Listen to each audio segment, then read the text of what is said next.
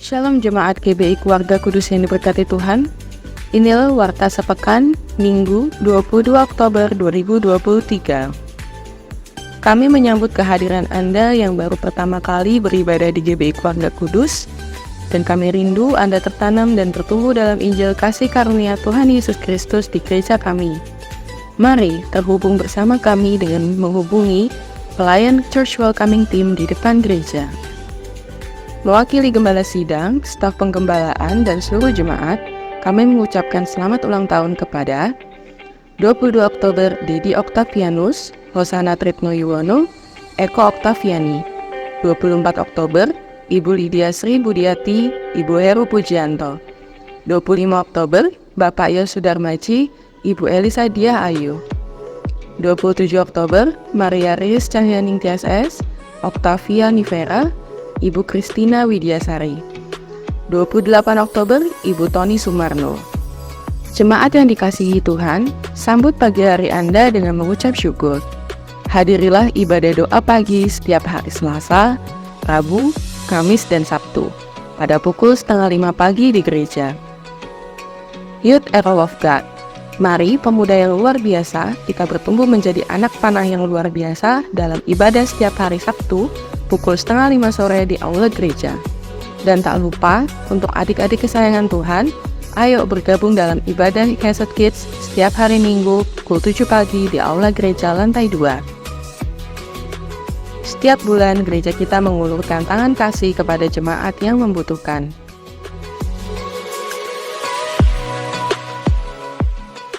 Puji Tuhan, minggu ini kita dapat menjadi berkat bagi kota kita lewat Minggu Berkat.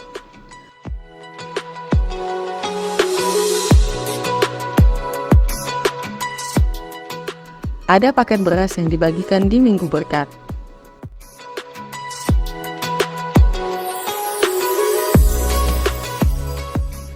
Mari bergabung bersama kami menjadi berkat bagi sesama lewat amplop tangan kasih. Halo Arrow of God yang luar biasa. Yuk ikutin acara Forum Kerohanian Kristen bersama dengan anak-anak SMA sekota Kudus yang akan diselenggarakan di gereja kita pada tanggal 4 November 2023. Jangan lewatkan dan let's join us. Pelayanan gereja.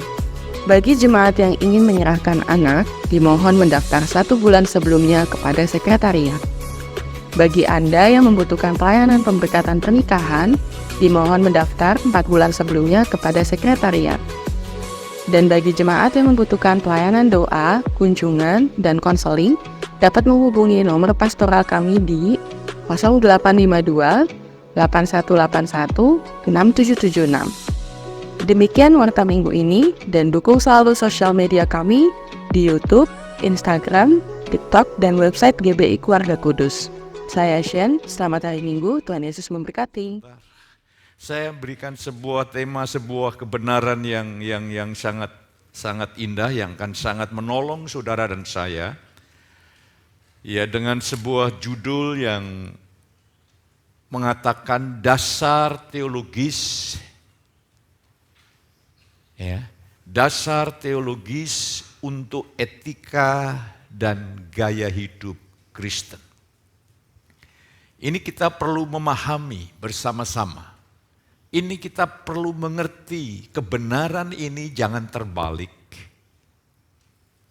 Dan mari kita akan lihat ya, next kita lihat ayatnya. Kita akan baca bersama-sama di dalam Kolose 1, Kolose 3 ayat 1-4 kita baca bersama-sama 2-3. Karena itu kalau kamu dibangkitkan bersama dengan Kristus, carilah perkara yang di atas di mana Kristus ada, duduk di sebelah kanan Allah. Pikirkanlah perkara yang di atas, bukan yang di bumi. Sebab kamu telah mati dan hidupmu tersembunyi bersama dengan Kristus di dalam Allah. Apabila Kristus yang adalah hidup kita menyatakan diri kelak, kamu pun akan menyatakan diri bersama dengan Dia dalam kemuliaan. Kita lihat satu anugerah bagaimana firman yang telah Paulus tangkap dan pahami, dia bagikan kepada jemaat di Kolose. Firman ini telah mengubah Paulus hidupnya sedemikian rupa. Dan firman yang sama ini telah mengubah jemaat Kolose. Seharusnya, semestinya, firman yang sama ini akan mengubah hidup kita. Harus ada perubahan yang real, yang nyata.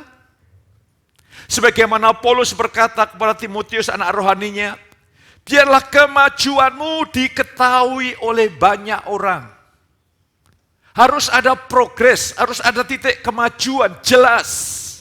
Ada perubahan yang jelas dan nyata. Itu artinya kita sedang berjalan di dalam karya kasih karunia dan anugerahnya. Dan hari ini mari kita akan lihat, kita akan lihat poin selanjutnya adalah Alkitab dengan jelas menyatakan bahwa kita diselamatkan bukan oleh perbuatan, tapi kita diselamatkan oleh kasih karunia melalui iman. Ini perbedaan kekristenan dengan sistem keagamaan yang ada. Jadi saudara perlu pahami betul-betul kebenaran ini. Bahwa keselamatan itu bukan hasil jeripaya, usaha dan pekerjaan kita, itu kasih karunia semata-mata dengan iman. Next, coba kita lihat ayatnya.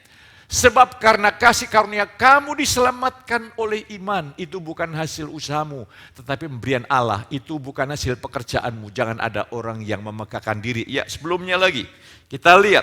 Jadi kita memiliki sebuah pemahaman yang Paulus dapat pahami. Keselamatan ini anugerah. Keselamatan ini harusnya mendatangkan ucapan syukur. Satu saat Daud jatuh dalam dosa. Doanya adalah, Tuhan girangkan hatiku karena keselamatan daripadamu. Kalau sampai saudara kehilangan kesukaan, ucapan syukur atas karya anugerah keselamatan yang Tuhan berikan kepada kita. Betapa tanpa sadar kedagingan telah mempengaruhi hidup kita yang baru. Seharusnya makin hari kita makin berkata, Tuhan hikmat-Mu itu luar biasa. Karyamu itu luar biasa, anugerahmu itu luar biasa. Saya berdoa supaya jemaat, betul-betul saudara bisa mensyukuri karya Tuhan yang begitu ajaib, dahsyat, dan luar biasa. Jadi saudara, kita diselamatkan oleh kasih karunia bukan oleh perbuatan. Apa perbedaan antara perbuatan manusia dan kasih karunia? Ini pertanyaan yang perlu kita jawab. Perbedaan antara perbuatan manusia adalah apapun yang saudara mampu sanggup usahakan untuk lakukan. Itu perbuatan kita. Dan dengan gaya hidup yang seperti ini, banyak orang aktif beragama dan melakukan kegiatan agama, melakukan kegiatan ibadah, tetapi semuanya bersumber dari daya kesanggupan manusiawi kita. Ini namanya perbuatan manusia, disebut daging. Kasih karunia artinya adalah Allah bekerja bagi kepentingan kita.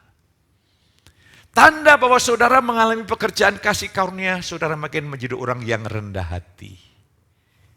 Saudara makin menjadi orang yang rendah hati, sungguh semua ini karena anugerah, semua ini karena rahmat, kemurahan, kebaikan, dan kebajikan Tuhan semata-mata. Jadi saudara bisa membedakan. Kalau saudara banyak orang Kristen yang aktif beragama, aktif beribadah, aktif melayani, sayang semua dilakukan dari kekuatan daging. Dan apa yang dicapai, apa yang dapat dicapai dihasilkan. Belajarlah dari Galatia 3:4-5. Kesempurnaan melayani Tuhan yang diusahakan dari kekuatan diri, kekuatan daging. Di sana ada iri hati, perselisihan, ya, saling menggigit, saling mencela. Bahkan yang perlu diwaspadai buah kedaging itu percabulan. Apa tidak mengerikan? Ibadah setiap minggu masih cabul. Itu semua karena orang Kristen tidak sungguh-sungguh belajar untuk berusaha memahami. Mengapa masih seperti itu? Karena masih belum paham kasih karunia sehingga mengandalkan diri. Semua pekerjaan dosa itu buah dari kedagingan, buah dari kebergantungan kepada diri sendiri. Nanti setelah saya pulang dari Mentawai, karena besok pagi saya berangkat, saya akan bagikan secara tuntas supaya jemaat paham dan hidup di dalamnya. Lah hari ini saya ingin mengajak, itulah pekerjaan kasih karunia. Itu adalah pekerjaan rohnya yang dahsyat di dalam dan lewat hidup kita. Dan itu bisa terjadi kalau kita percaya. Saudara bisa menjadi penghalang besar bagi pekerjaan Allah ketika menolak atau tidak percaya. Hari ini saya ingin mengajak saudara yang kekasih, kekristenan, ya, agama itu, sistem agama mengajarkan manusia diselamatkan oleh perbuatan yang disebut moralis. Jadi semua usaha keselamatan itu karena usaha perbuatan manusia. Itu sistem agama. Cuma pertanyaannya, sejauh mana kita ini bisa sempurna seperti Allah? Tidak mungkin. Tapi hari ini kita akan lihat, kita betul-betul harus menjadi orang yang bersyukur, berterima kasih kepada Tuhan bahwa kita diselamatkan bukan lewat perbuatan. Lah terus di mana letaknya etika, tindakan moral, perbuatan moral bagi orang Kristen? Itu adalah buah iman yang benar. Katakan amin. Jadi itu buah iman yang benar, iman yang hidup, orang iman yang benar ditandai oleh buah-buah pertobatan, buah kehidupan, begitu nyata dan bisa dilihat orang lain. Kita jangan sampai menempatkan buah kepada akar atau akar kepada buah kacu. Kita tidak diselamatkan oleh perbuatan, tapi kita diselamatkan oleh kasih karunia. Tetapi iman yang hidup akan menghasilkan buah-buah kehidupan. Paulus di dalam Efesus 2 ayat 8 dikatakan kita diselamatkan oleh kasih karunia bukan oleh iman. Jangan ada seorang pun yang memegahkan diri. Tapi ayat yang ke-10, kita diciptakan di dalam Kristus untuk melakukan pekerjaan baik. Harus melihat perbedaan, harus ada tahu dasar fondasi, dasar teologinya untuk bagaimana kita bertindak memiliki gaya hidup moral yang baru itu seperti apa. Supaya jangan campur aduk, saudara kekasih. Pertanyaan yang perlu saya bagikan bagi saudara, kitab Galatia. Mengapa jemaat di Galatia telah memulai dengan roh dan mengakhiri dengan daging, ingin sempurna dengan usaha kekuatan diri sendiri. Kalau saudara melihat di sana karena ada penyesatan, ajaran legalistik, misionari-misionari Yahudi, orang-orang Kristen Yahudi yang belum paham ajaran Paulus. Dia ingin membawa mereka jemaat Galatia untuk kembali bersunat dan mengatakan kalau kamu diselamatkan kamu harus melakukan hukum ini. Itulah sebabnya jemaat di Galatia terjatuh, dimulai dengan kasih karunia, diakhiri dengan daging. Itulah sebabnya saudara di sini harusnya berbahagia karena engkau mendengar kabar kasih karunia yang utuh. Katakan amin. Kalau saudara ingin cek, rekreasilah kemanapun hari Minggu. Dengerin khotbah.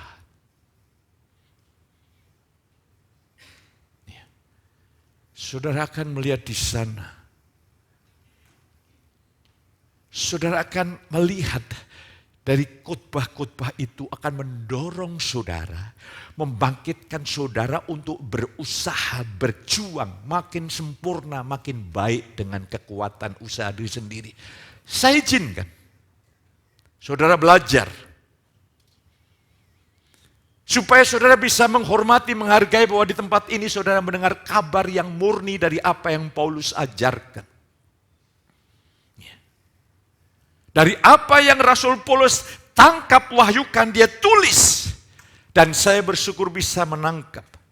Kita diselamatkan bukan oleh perbuatan, tapi perbuatan adalah buah daripada iman yang benar. Dan saya ingin mengajak lebih jauh. Kita akan lihat, ya next. Kita akan lihat, ya next, iya.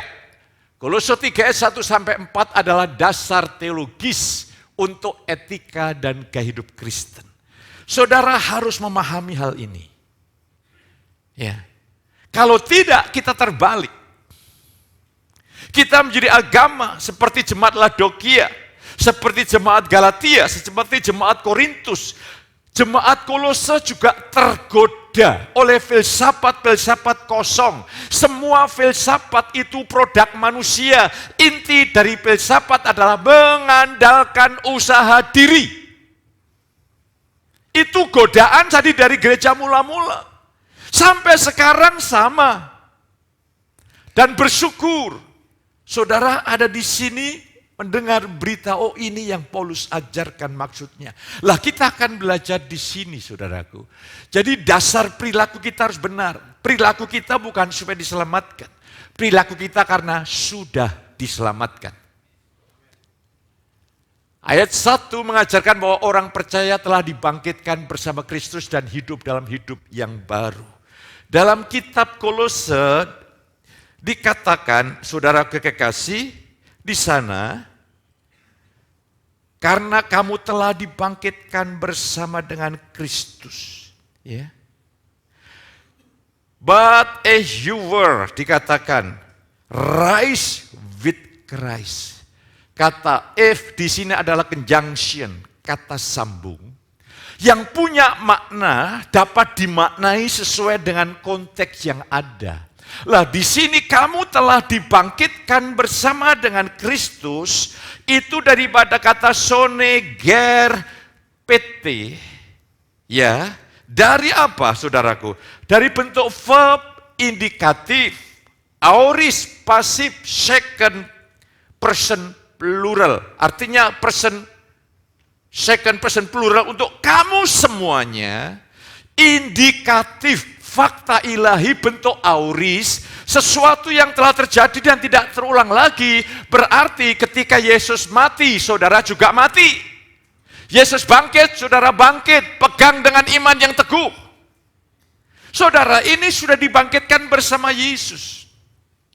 Ini dasar perilaku kita, dasar etika kita, dasar tindakan kita. Ini bukan kita perjuangkan, karena ini bentuk pasif. Semua yang kita raih adalah hasil pekerjaan Kristus. Ini yang membuat saudara dan saya mengalami kelegaan, kebebasan, kemerdekaan, sukacita yang luar biasa ya. Begitu ajaib, begitu mengherankan, dahsyat sekali saudara kekasih. Jadi saya ingin mengajak saudara untuk betul-betul memahami bentuk indikatif atau fakta ilahi, baru nanti ada bentuk imperatif, bentuk perintah. Perintah itu muncul bersumberkan indikatif supaya kita bertindak sesuai dengan identitas anugerah yang Tuhan sudah berikan. Jadi kalau saudara melihat, ini juga banyak disalahpahami gereja Tuhan. Filipi 2:12 berkata, kerjakanlah keselamatanmu dengan takut dan gentar. Banyak orang memahami kerjakan berarti keselamatan harus dikerjakan dong. Padahal itu bentuk pasif, kita diselamatkan. Kalau keselamatan itu adalah bentuk kerja, maka kita akan bertentangan dengan Paulus yang lain berkata, kamu diselamatkan bukan karena perbuatan. Lah, kerjakanlah keselamatanmu itu artinya apa? Saudara sudah menerima indikatif fakta ilahi, engkau sudah dibenarkan, engkau sudah kudus di dalam Yesus. Katakan amin. Kerjakan itu artinya terapkan dalam hidup sehari-hari. Supaya keselamatan itu makin nyata, menjadi kesaksian dan banyak orang lain melihat pekerjaan Allah yang di dalam batin itu dapat dimunculkan lewat tindakan lahiriah kita, itu maksudnya. Lah hari ini kita lihat, Kita telah dibangkitkan, kita telah mati bersama Yesus, kita telah bangkit bersama Yesus. Ini dasar yang harus saudara miliki dengan iman dan hari makin teguh, makin kokoh. Apapun yang terjadi, saudara dan saya telah tersalib dengan Kristus dan bangkit bersama Yesus. Katakan amin. Jadi dalam menghadapi segala permasalahan, dalam menghadapi segala keadaan, hadapi semua dengan sebuah pemahaman. Aku sudah tersalib. Aku sudah bangkit bersama Yesus. Dan di dalam ayat yang keempat, apabila Kristus yang adalah hidupku, berarti aku telah tersalib, dan bukan aku lagi yang hidup, melainkan Kristus. Seharusnya kita akan lihat, saudara kekasih, kita ini telah mengalami pertukaran hidup, cuma kita ini belum paham. Belum jelas, belum paham di dalam batin kita, sehingga kita ini bereaksi terus. Ya. Kita ini bereaksi terus. Setiap ada peristiwa, kita bereaksi. Setiap ada peristiwa, aku bereaksi. Kita lupa, kita telah tersalib. Bukan aku lagi yang hidup, melainkan Kristus. Ini loh akar permasalahan. Saya ingin mengajak saudara, sebagai manusia baru di dalam Kristus, kita telah mati tersalib bersama Kristus dan bangkit di dalam Kristus.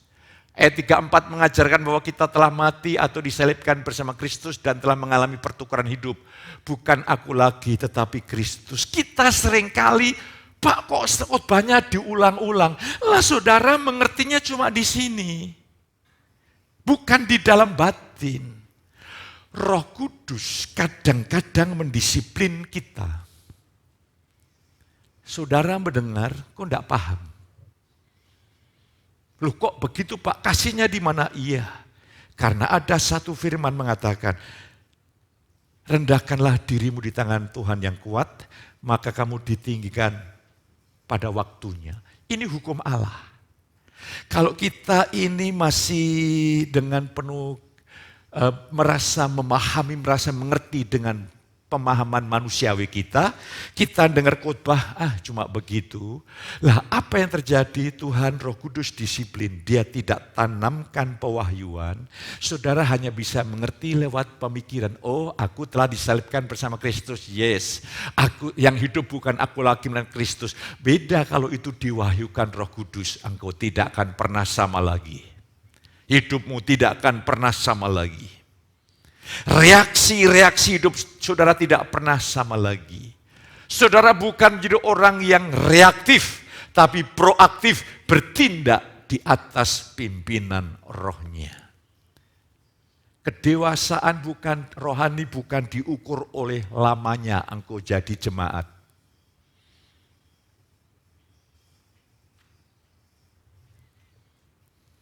Jadi jangan ada yang merasa di sini senior. Saudara bersama saya, kita masih junior di hadapan Tuhan. Di bidang kasih karunia saya, kalau mengerti kasih karunia itu 100%, saya mungkin baru 20%. Saya masih belajar menggali. Ya. Kita ini seringkali berpikir pakai duniawi.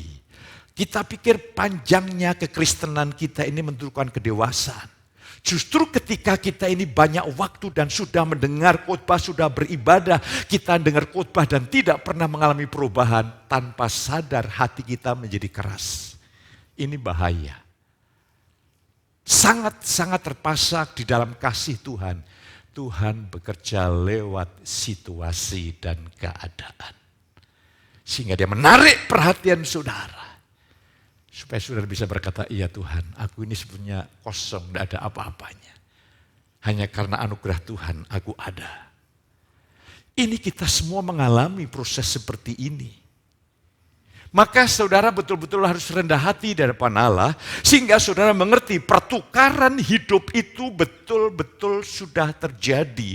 Setiap peristiwa saudaraku, mengapa engkau khawatir, takut, resah, gelisah, bimbang, ragu, tidak ada kepastian? Bukankah aku sudah mati, tapi mengapa kok masih warnanya ada? Itu hanya karena kita belum menerima pewahyuan bahwa yang hidup sekarang adalah Yesus Raja di atas segala raja. Tuhan di atas segala Tuhan. Saya kemarin bersama Samuel ke Semarang. Setelah pulang, supaya ketemuan di jemaat di Demak. Ini keluarga dari Sumatera. Saya menangani kasus. Kadang-kadang orang dari luar Jawa datang ke Jawa, dikasih ya benda-benda magic atau mantra atau bacaan-bacaan. Dan itu katanya untuk keselamatan, untuk supaya dapat mendapatkan pekerjaan dan lain sebagainya. Saya berdoa jemaat, jangan ada di antara saudara yang pernah pergi ke dukun ataupun mendapatkan bacaan mantra-mantra itu kekejian bagi Tuhan. Bereskan. Bereskan. Dan ketika saya datang, orang ini jalan ya tidak jelas begitu, waduh badannya sakit semua. Dan dia hidup, Pak Petrus Solo, dia baru bicara, dia menangis, tolong Pak lepaskan saya, bebaskan saya. Dia tangannya bisa bergerak cuma begini, saudara. Oke, saya doakan dalam nama Yesus, saya bersama dengan Samuel dan beberapa rekan-rekan di Demak. Begitu selesai wajahnya berubah, lupa kok tangan saya bisa begini. Kok bisa bergerak ini Pak? Itu pekerjaan anugerah. Saya beberapa hari yang lalu ke Solo, mengunjungi Om Wit bersama istri saya, Samuel, Sari. Om Wit kan sama saya latar belakangnya dari Solo. Dan mungkin sahabat-sahabatku yang dari Solo, dan ini termasuk produk lama, itu seringkali diwarisi bukan sawah ladang harta, diwarisi magic, benda-benda mantra-mantra. Saya doakan, saya dengar kabar setelah itu dapat istirahat dengan baik, jarang-jarang berteriak dan lain sebagainya. Saya ingin mengajak saudara, jadi kalau ada jemaat yang sakit, tolong beritahu. Kalau di Rumah Rahayu, saya kerja sama Mbak Yun, begitu Mbak Yun kontak sama saya, langsung saya berangkat. Ya. Langsung saya layani. Karena apa? Karena mereka membutuhkan sentuhan-sentuhan tangan Tuhan. Butuh sentuhan tangan Tuhan. Itu artinya apa? Wah Pak Petrus hebat. Bukan. Itu hanya sekedar saya izinkan Kristus bekerja di dalam lewat hidup saya. Hanya sesederhana itu. Lah hari ini saya ingin mengajak saudara kekasih. Sebagai manusia baru kita harus mengerti identitas kita. Kita sudah tersalib. Manusia daging kita sudah tersalib bersama dengan Yesus. Supaya saudara bisa memahaminya. Lah pertanyaannya, mengapa aku yang sudah mati, aku ini daging kita ini sebetulnya sudah tersalib. Secara fakta sudah tersalib, tapi mengapa bisa hidup kembali? Pertama, karena ajaran sesat. Hati-hati, semua sistem ajaran yang sesat itu selalu berusaha mengandalkan diri sendiri. Lah diri yang daging ini yang sudah disalibkan oleh Tuhan, dibangkitkan lewat pengajaran sesat, sehingga aku kita, maka di gereja aku kita sangat menonjol kuat sekali. Bukan makin tersalib, makin tersalib. Yang kedua, mengapa aku kita ini sudah mati kok bangkit terus? Iblis memakai sarana dunia. Keinginan daging, keinginan mata, keangkuhan hidup itu bukan berasal dari Bapa. Itu berasal dari dunia. Di balik sistem dunia ini ada roh jahat yang bekerja. Jadi iblis memakai nilai-nilai sistem dunia, memakai segala peristiwa untuk membangkitkan sifat lama saudara yang kau warisi dari Adam, yang secara fakta sudah tersalib, tapi coba dibangkitkan kembali. Ya. Tentunya sangat memalukan kalau kita sudah dewasa ikut Tuhan masih bertengkar. Itu sangat memalukan, itu sifat lama. Saya ini kuat loh. Jangan macam-macam dengan saya. Saya ini itu latihan ini itu. Itu tanpa sadar kita sedang membangkitkan manusia lama. Kita tidak bawa kepada salib. Sehingga Kristus dalam segala kemuliaannya mulai tertampil lewat hidup kita. Banyak hal yang iblis pakai, dunia pakai untuk membangkitkan manusia lama. Apalagi pelajaran-pelajaran filsafat harus kita tangkap dengan benar. Kalau berpola pikir filosofi, yes. Tetapi filsafat itu dan pewahyuan bedanya, pewahyuan itu dari Tuhan, filsafat itu produk manusia. Apakah tidak perlu belajar? Belajar untuk memiliki pola pikir filosofis. Artinya apa Pak pola pikir filosofis? Artinya pertanyaan sederhana, apa yang sedang kau cari? Itu berpikir secara dewasa filosofi. Dalam setiap peristiwa, apa yang sedang kau cari? Mengapa engkau melakukannya? Apa tujuannya? Itu berpikir filosofis. Kalau semuanya selaras dengan firman, kau orang yang dewasa, orang yang matang, orang yang akan siap dipakai Tuhan menjadi alat kemuliaannya. Jadi pada pagi hari ini mari jemaat, saya ajak saudara untuk melihat dasar daripada etika dan gaya hidup orang Kristen adalah kematian dan kebangkitan Yesus. Ini penting. Jadi jangan berpikir begini, saya tak berbuat kudus supaya kudus. Salah. Saya berbuat kudus karena sudah kudus oleh penebusan Yesus. Saya berbuat benar supaya lebih benar, lebih baik. Salah. Saya berbuat benar karena saya sudah dibenarkan dengan cuma-cuma. Yang satu motifnya supaya Allah berkenan, yang kedua motifnya adalah ucapan syukur. Rasa terima kasih, takjub, kagum kepada Tuhan. Yang satu penuh beban, yang satu penuh kemerdekaan. Makanya saudara harus bersyukur ada di tempat ini. Ya. Coba kamu boleh keluar. Lihat yang ada di luar sana. Apa yang sedang kau dengar?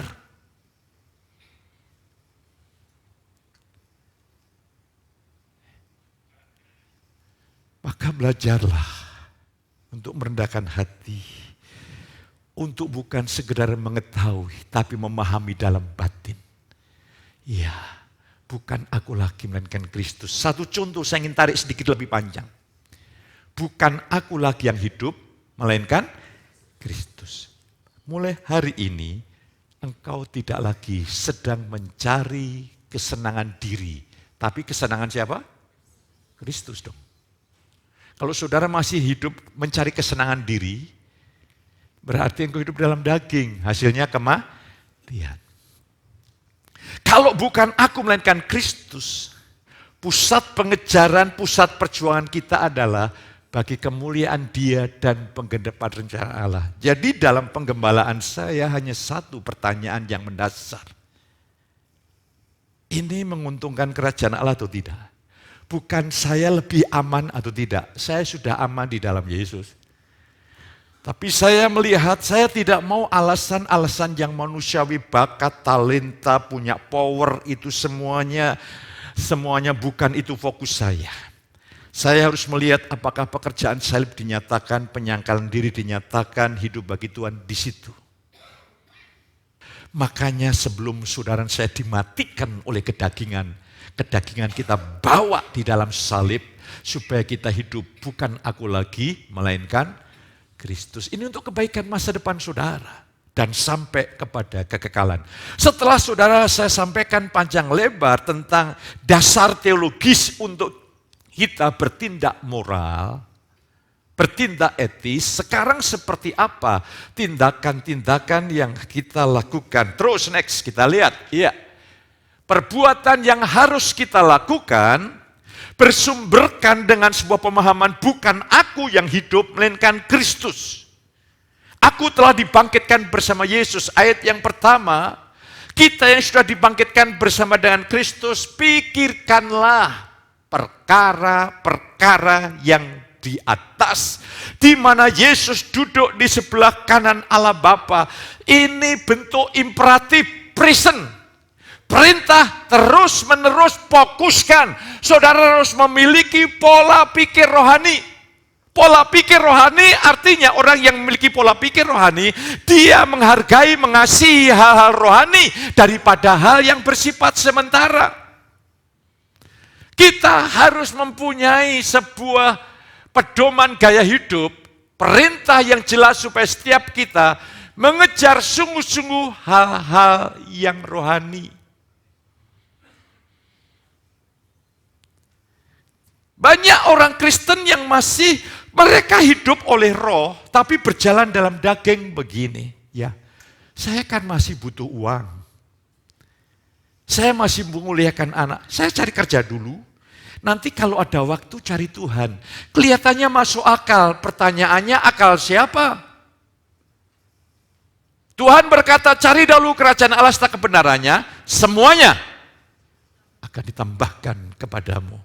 Prinsipnya bumi langit antara surga dan dunia. Lah hari ini kita, saudara saya ini ketika lahir baru kita ini makhluk roh. Roh kita ini telah menerima hidupnya Yesus, sifatnya Yesus, telah memiliki kehendak Yesus, pikiran Kristus, keinginan Kristus, pekerjaan Kristus di dalam roh kita. Lah ketika kita hidup menurut roh, roh kita muncul otomatis pekerjaan Allah, buah-buah roh dinyatakan. Tapi kalau saudara mengandalkan diri daging walaupun motivasinya baik, otomatis dosa mulai berkeliaran dan bermunculan. Lah kita lihat di sini saudaraku, ini adalah perintah.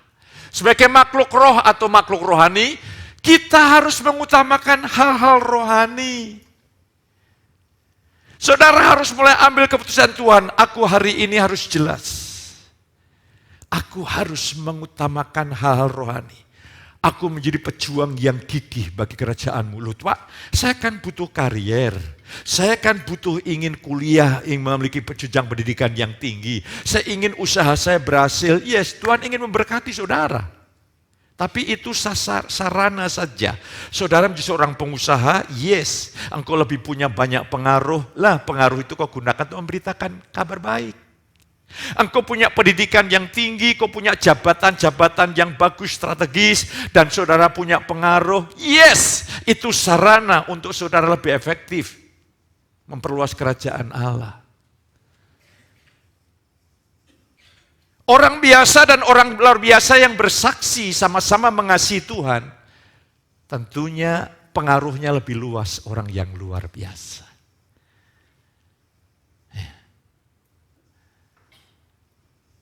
Seringkali saudara kehilangan momentum. Ketika kita punya pengaruh, tidak kita gunakan pengaruh ini untuk membawa jiwa-jiwa kepada Tuhan. Kehilangan momentum. Saudara, orang yang suka bergaul ya itu bakat. Tapi sejauh seberapa banyak teman-teman yang mengenal kabar baik Yesus lewat saudara. Tanpa sadar engkau tertutup untuk memberitakan kabar baik. Engkau malu, tidak mau kalau ditolak dan tidak diterima. Kehilangan momentum. Tapi Tuhan ingat selalu memberikan kesempatan baru. Selalu dia berikan kesempatan baru, gunakan itu. Lah hari ini kita lihat, mari poin yang pertama ini mulai saudara ada waktu doa pribadi. Saya ini kan berkata, saya kalau di rumah meditasi, ada lagi orang ini memang kepalanya agak kacau. Wah Pak Petrus itu kalau meditasi kan berhubungan dengan roh jahat. Loh, Mazmur 1 ayat yang kedua itu orang yang kesukaannya merenungkan, itu kan kata kerja. Itu pasti bahasa Inggrisnya adalah meditate. Tapi kalau itu bentuk kata benda kan jadi meditation, jadi meditasi. Meditasi itu perenungan firman, bukan mengosongkan diri, itu kebatinan. Mari saya ingin ajak saudara untuk melihat hari ini. Poin yang pertama, saudara memiliki pikiran rohani yang smart, makin paham, makin paham, makin paham. Yang kedua next, apa yang kita lakukan? Iblis melalui dunia dan nilai-nilainya berusaha membangkitkan sifat lama. Ketika saudara dan saya mengikuti saran iblis dengan mengikuti kedagingan dalam praktek, bukan dalam iman, engkau menyangkali Yesus. Pada saat yang sama, engkau mengikuti keinginan roh jahat. Mari masukkan dalam roh saudara dengan rasa hormat kepada Tuhan. Ketika saudara memiliki gaya hidup daging, hidup dalam daging, saudara sedang menyangkali Yesus lewat tindakan praktis. Pada saat yang sama engkau sedang mengikuti roh yang lain, otomatis hancur, rusak saudara kekasih. Hari ini ada ketegasan, yes, di dalam Yesus aku sudah tersalib. Tetapi bukan aku lagi yang hidup, melainkan Kristus. Itu harus ada ketegasan, ada salib yang jelas. Yes, terus. Dua, menerapkan penyangkalan diri dan memikul salib. 2 Korintus 4 ayat yang ke-10. Kami senantiasa membawa kematian Yesus di dalam tubuh kami, supaya hidup Yesus nyata. Membawa kematian Yesus itu berkata, yes, aku telah mati bagi dosa, hidup bagi Allah. Ini penting, menyangkal diri. Terus next. Ya, ini tadi. Ya, terus selanjutnya. Kolose 3 yang kelima. Memerintahkan, menyangkal diri, memerintahkan. Ingat, diri daging. Bagaimana langkah praktis? Memerintahkan setiap kita harus menerapkan prinsip salib dengan memiliki gaya hidup mematikan sifat-sifat duniawi. Saya ingin mengajak saudara untuk melihat di dalam kitab Kolose 3 ayat yang kelima berkata begini, karena itu merujuk kepada ayat-ayat sebelumnya, ayat 1, 2, 3, 4, bahwa identitas kita telah tersalib bersama Yesus, yang hidup bukan aku melainkan Kristus. Karena itu, matikanlah dalam dirimu segala sesuatu yang duniawi, yaitu apa? Percabulan, kenajisan, hawa nafsu, nafsu jahat, dan juga keserakahan, ketamakan yang sama dengan penyembahan berhala. Ini baru sebagian. Galatia 5 ayat yang ke-19, kepentingan diri sendiri, perselisihan, itu adalah warna bentuk-bentuk kedagingan. Matikanlah, karena pengajaran sesat memunculkan, membangkitkan kedagingan, iblis membangkitkan kedagingan, dunia membangkitkan keinginan daging dan mematikan hidup. Firman Allah lewat kuasa roh, kebergantungan roh, matikan. Kalau saudara tidak mematikan kedagingan, saudara akan dimatikan oleh kedagingan. Mati rohani tentunya. Hari ini, ketika firman Allah dinyatakan rohnya bekerja kuat, mulai hari ini Tuhan, aku tanggalkan beban dan dosa. Aku tinggalkan segala keinginan, pemikiran, hal-hal yang berbau daging. Itu adalah akar dosa. Aku bawa kepada salib. Ini penting, ini bentuk negatif, perintah yang negatif. Mari kita tinggalkan segala sesuatu yang duniawi. Pengejaran-pengejaran yang salah, prioritas-prioritas yang salah, harus kita bawa kepada salib. Supaya saudara dengan tegas dan teguh berkata, bukan aku lagi yang hidup, melainkan Kristus. Terus selanjutnya, perintah selanjutnya adalah mengenakan manusia baru. Kolose 3 ayat 10 dan 11, supaya kita mengenakan manusia baru yang diciptakan menurut gambar kekudusan dan kebenaran yang sesungguhnya. Jadi manusia roh saudara diciptakan seperti Yesus, memiliki hidupnya, sifatnya, kehendaknya, maksudnya, rencananya. Karena inilah gaya hidup baru tadi. Ya.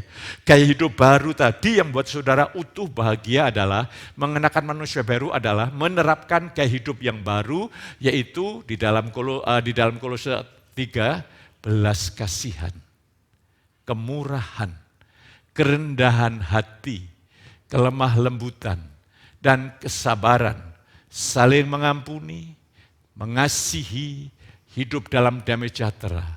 Terus di dalam kitab Kolose 3, semua yang kita lakukan dalam nama Yesus. Itu bukan saudara sedikit-sedikit buka laptop dalam nama Yesus, ya. Sedikit-sedikit dalam, bukan itu. Dalam nama Yesus, semua yang kau lakukan dalam nama Yesus, artinya saudara melakukan dengan motif untuk kepentingan Yesus, untuk kemuliaan Dia, untuk penggenapan rencananya. Jadi saya sekarang ini berpikir praktis, ini menguntungkan bagi saya, coret. Menguntungkan bagi Yesus, yes. Menguntungkan bagi Yesus dan merugikan saya, yes. Menguntungkan saya dan merugikan Yesus, tidak. Hanya sesederhana itu saja, makin hari Tuhan membentuk filosofi hidup saya seperti itu. Mari hari ini, supaya saudara betul-betul memahami kebenaran ini, jadi mari kenakanlah gaya hidup yang baru, yaitu belas kasih, kemurahan, kebaikan, ya, kesabaran, penguasaan diri, dan lain sebagainya. Next. Tindakan baik dan gaya hidup orang Kristen dibangun di atas kesadaran bahwa kita adalah rohani dan ciptaan baru.